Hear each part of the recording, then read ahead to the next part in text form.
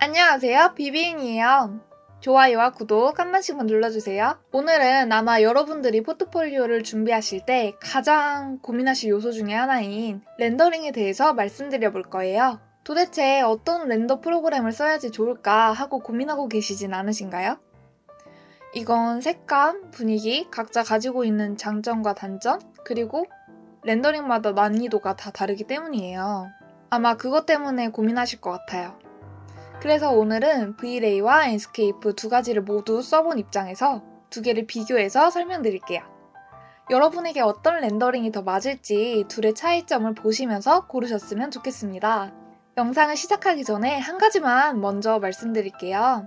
여러분이 작업을 본격적으로 시작하기 전에 렌더링 프로그램을 먼저 선택해야 하는 이유에 대해서 말씀드려 볼게요. 일단 V-Ray와 Enscape의 느낌 자체가 달라요. 그래서 내가 V-Ray로 원하는 재질을 입혀서 V-Ray로 가렌더를 돌렸을 땐 예뻐 보였던 장면이 Enscape로 가져가서 다시 돌리게 되면 내가 V-Ray에서 세팅했던 것만큼 예쁘게 보이지 않는 경우가 많아요. 이게 렌더러 자체의 느낌이 다르기 때문이기도 하지만 빛끼리 호환이 되지 않아서 발생하는 문제이기도 합니다. 그러니까 V-Ray와 Enscape는 빛도 호환이 안 돼요. 그래서 만약에 하다가 다른 렌더러로 바꾸면 또 재질도 처음부터 다시 다 세팅을 해야 하는 경우가 생길 수도 있어요. 또 카오스 코스모스에서 제공하고 있는 가구나 사람이나 자동차 이런 소스들은 일단 V-Ray 전용으로 나와 있는 것들이에요. 그래서 엔스케이프와 소스 같은 경우에는 호환이 되지가 않아요. 그래서 애초에 내가 V-Ray로 할 건지 엔스케이프로 할 건지 정하고 시작을 하셔야 해요. 만약에 V-Ray 소스로 작업을 다 해놨는데 나중에 렌더를 엔스케이프로 돌린다 이러면 소스들이 전부 다 하얗게 나와서 아예 처음부터 소스들은 엔스케이프 소스로 전부 다 변경을 해줘야 하는 수고로움이 있을 수 있어요. 마찬가지로 엔스케이프 소스로 전부 다 세팅을 해놓고 나중에 V-Ray로 렌더링을 돌리더라도 같은 현상이 벌어져요. 저도 그렇게 2번에서 3번 정도 계속 바꿔봤더니 정말 힘들더라고요. 그래서 여러분들은 꼭 시작 전에 차이점을 알고 시작을 하셨으면 좋겠습니다. 그러면 지금부터 여러분들이 V-Ray를 쓰셔야 하는지 아니면 Enscape를 쓰셔야 하는지 그 차이점에 대해서 알려드릴게요. 색감과 분위기. 일단 V-Ray에 대해서 말씀드릴게요. V-Ray는 일단 Enscape보다는 조금 더 부드럽고 자연스러운 분위기를 가지고 있어요. 보통 V-Ray는 건축에서도 많이 쓰긴 하지만 제가 느끼기에는 개인적으로 인테리어에서 썼을 때 조금 더 따뜻하고 부드러운 느낌이 잘 표현이 되는 것 같았어요. 그리고 건축 쪽에서는 잘 쓰면 엔스케이프보다 조금 더 사실적인 느낌과 분위기를 표현할 수 있다는 게 장점인 것 같아요. 정말 실사 같은 느낌을 표현하기에 좋은 것 같다는 느낌을 받았어요. 반대로 엔스케이프는 사실적이긴 한데 정말 100% 극사실주의 같은 느낌보다는 거기에 게임 같은 느낌을 한 방울 톡 떨어뜨린 그런 느낌이에요. 뭔가 조금 더 인공적인 깨끗한 느낌이 가미되어 있는 느낌? 대신 후보적 측면에서 보자면 바다의 물의 표현이라던가 이런 건 엔스케이프가 저는 개인적으로 훨씬 더 좋다고 느껴졌어요. 왜냐하면 정말 저희가 실제로 바다에 가서 보는 듯한 바다와 강, 호수 같은 느낌을 그대로 표현을 해주더라고요.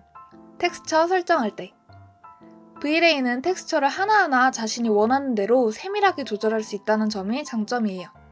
반사값, 투명도 같은 건 엔스케이프에서도 똑같이 조절이 가능하지만 V-Ray에서는 조금 더 세밀하고 자세하게 표현이 가능합니다. 이건 물론 텍스처 다운받는 곳에서 다운받으신 매핑 소스 안에 해당되는 매핑 소스가 있을 경우에 해당하는 말이에요. 지금은 무슨 말인지 잘 모르시겠죠? 어떻게 생각하시면 되시냐면 엔스케이프는 편하고 빠르게 쉽게 조절을 할 수가 있다.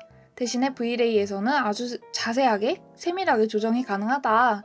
이 정도로만 알고 계시면 될 것 같아요. 반면에 엔스케이프 같은 경우에는 지금 말씀드린 것처럼 텍스처를 정말 심플하고 간단하게 설정이 가능해요. 텍스처 매핑 소스도 V-Ray보다 훨씬 기본적으로 많이 제공해주고 있고 정말 건축 쪽에서 쓸만한 것들은 엔스케이프에 훨씬 많아요.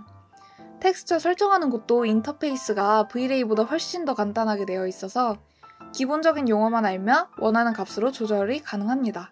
예를 들어서 리플렉션은 반사값, 리플락션은 투명도, 이런 간단한 용어만 알면 V-Ray만큼 많이 공부를 하지 않더라도 간단하게 값을 조정할 수가 있습니다. 그리고 가장 또 좋은 게 뭐냐 하면 enscape는 텍스처 이름 기반으로 재질 설정이 가능하다는 거예요. 그냥 아무 색이나 그려놓고 거기에 재질 이름을 워터로 하면 물 재질이 표현이 되고요. 그 재질 이름을 다시 glass로 바꾸게 되면 잔디가 되고 글라스로 바꾸게 되면 유리로 변합니다. 게다가 재질창 위에서 클리어 코트라는 걸로 설정을 하게 되면 자동차의 매끈한 표면처럼 매끈한 표면을 표현할 수가 있고요.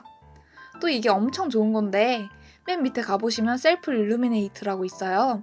이걸로 설정을 하게 되면 TV 같은 곳에서 나오는 모니터 빛을 표현할 수가 있습니다. 또 히든라이트를 표현할 때도 많이 쓰입니다. 기본 제공 매핑 소스. 그리고 기본으로 제공되고 있는 매핑 소스에 대해서도 이야기를 빼먹을 수가 없을 것 같아요. 일단 V-Ray에서 제공되고 있는 기본 매핑 소스가 있는데 여기에는 사실 가지수가 얼마 되지는 않습니다.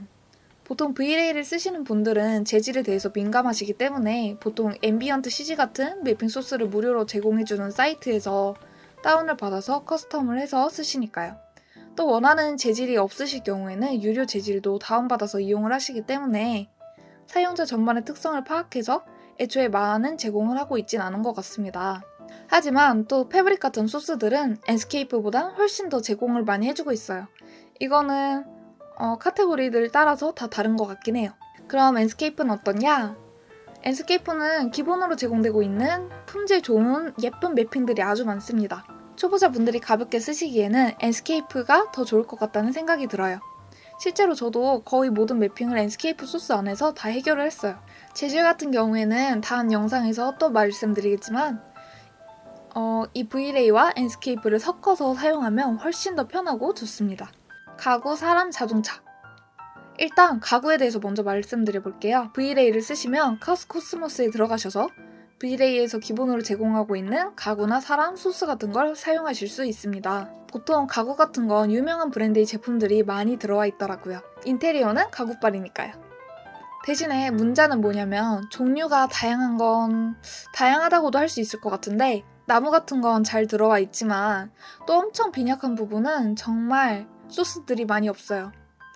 V-Ray에서 열심히 업데이트를 해주고 있으니까 이건 시간이 많이 지나면 해결이 될 문제인 것 같기도 해요. 하지만 업데이트 속도가 아주 느리다는 게 문제겠죠. 그래서 V-Ray를 쓰시는 분들은 어떻게 하냐? 내가 인테리어를 해야 하는데 원하는 가구 소스가 없다. 그런데 내가 가구까진 다 만들지 못하겠어. 3D 웨어하우스에 가도 내가 원하는 게 없어.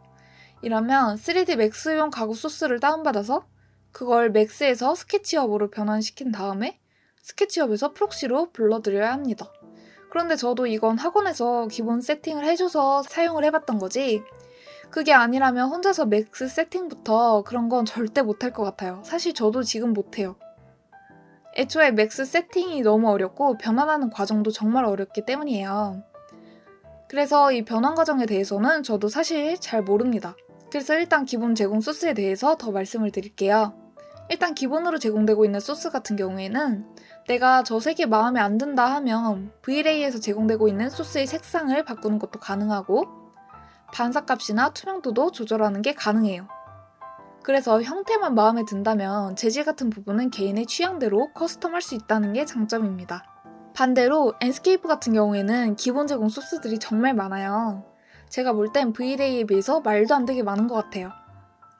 그런데 가구 소스 같은 경우에는 저는 V-Ray가 조금 더 좋긴 했어요. 그래서 저는 인테리어는 아니기 때문에 엄청나게 소스가 많이 필요하진 않기 때문에 enscape가 편했던 거일 수도 있지만 그냥 enscape 안에서 기본으로 제공되고 있는 소스들로 모든 렌더링을 다 했던 것 같아요. 사실 건축 쪽에서는 가구들이 얼마나 그렇게 중요하겠어요. 이 위치에 그냥 의자랑 식탁이 있다 이 정도만 알려주면 되는 거잖아요. 그래서 enscape를 사용할 때 엄청나게 불편했던 점은 많이 없는 것 같고 그냥 그 소스들을 잘 활용만 하면 어느 정도 괜찮은 퀄리티를 얻을 수 있는 것 같습니다. 물론 V-Ray에 비해서는 조금 더 인공적인 느낌이 나는 건 어쩔 수가 없지만 이게 그렇게까지 눈에 거슬리냐 하면 또 그렇지는 않아요. 왜냐하면 enscape의 전반적인 분위기 자체가 조금 인공적이기 때문에 뭔가 현실에서 볼 수 없는 깨끗함과 완벽함이 있다고나 할까 전반적으로 그런 느낌을 풍기기 때문에 소스들도 자연스럽게 잘 어울리는 느낌이 듭니다. 그리고 enscape는 도로 같은 곳을 꾸미기 위한 신호등과 횡단보도 표지판 같은 게 V-Ray보다 훨씬 더 풍부하게 잘 돼 있어요. 그리고 가로등 같은 것도 저는 렌더링하면서 enscape 소스를 정말 많이 잘 써먹었어요. 도로와 환경을 표현할 때는 정말 enscape가 최고인 것 같습니다. V-Ray를 그렇게 방대한 양을 쓰게 되면 용량도 정말 많이 커지고 빛도 엄청나게 튕겨지고 그렇기 때문에 렌더가 잘 걸리지도 않고 잘 안 돌아가요. 제가 처음에 V-Ray만 쓰다가 나중에 enscape로 갈아탄 이유도 여기에 있어요. V-Ray가 규모가 큰 건축 프로젝트에서는 잘 안 돌아가거든요. 다음 영상에선 빛을 설치할 때 차이점과 동영상에 대해서도 말씀을 드려보고 마지막으로 각자 상황별 프로그램 추천까지 해드리겠습니다. 오늘 영상이 도움이 되셨다면 구독과 좋아요 꼭 눌러주세요. 그럼 저는 다음 영상으로 이어서 바로 돌아올게요.